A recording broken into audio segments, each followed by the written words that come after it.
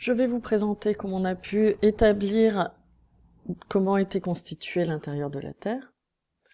Alors la première idée serait de creuser, mais le problème c'est que le forage actuel le plus profond n'est que de 10 km, alors que le rayon de la Terre moyen est de 6371 km. Donc en termes de forage, ce n'est pas assez profond. De ce fait-là, on utilise les vitesses des ondes sismiques. Plus leur vitesse est rapide, plus le matériau traversé sera rigide. On observe également qu'un changement brutal de vitesse va indiquer un changement de milieu. Ainsi, en milieu océanique, on observe que la vitesse des ondes sismiques diminue brutalement à environ 100 km de profondeur, alors qu'en milieu continental, cette variation brusque de vitesse a lieu à environ 150 km de profondeur. On va donc avoir en surface une couche rigide, plus épaisse en milieu continental qu'en milieu océanique. On a appelé cette couche la lithosphère.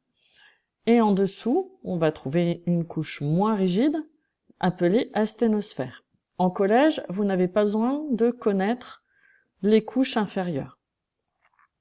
On peut comparer un petit peu cette structure de la Terre à M&M's.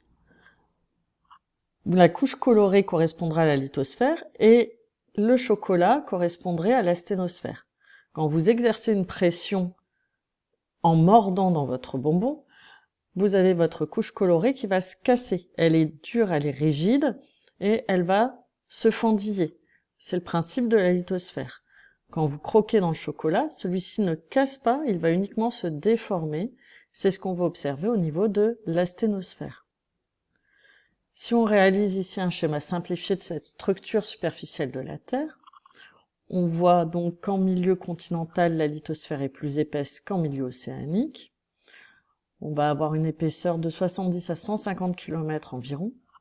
Cette lithosphère est donc rigide et cassante. C'est à ce niveau que vous trouverez les foyers sismiques. L'asténosphère va s'étendre jusqu'à 700 km de profondeur. Elle est moins rigide et déformable. Quand on va avoir la pression, les contraintes qui vont s'exercer sur ces couches, donc contraintes qui ont une énergie d'origine interne de la Terre, l'asténosphère va se déformer, mais la lithosphère va résister jusqu'à un point de rupture, et quand elle va atteindre ce point de rupture, elle va casser, ce qui sera l'origine de séismes.